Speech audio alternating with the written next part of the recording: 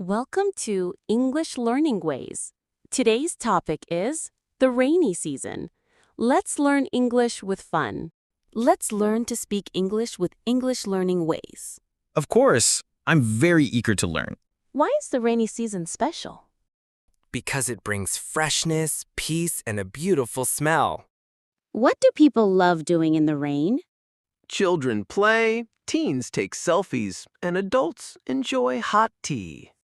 What is the most popular thing during the rainy season? Hot snacks like pakoras and a cup of tea. When does the rainy season usually come? Mostly between June and September. Why is rain helpful for farmers? Because it waters the land and helps crops grow. How does traveling in rain feel? It can be difficult, but also romantic. What care should we take in rainy weather? Always carry an umbrella or raincoat.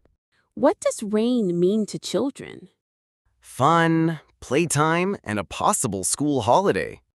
Why do we remember poetry during rain? Because rain touches our emotions deeply.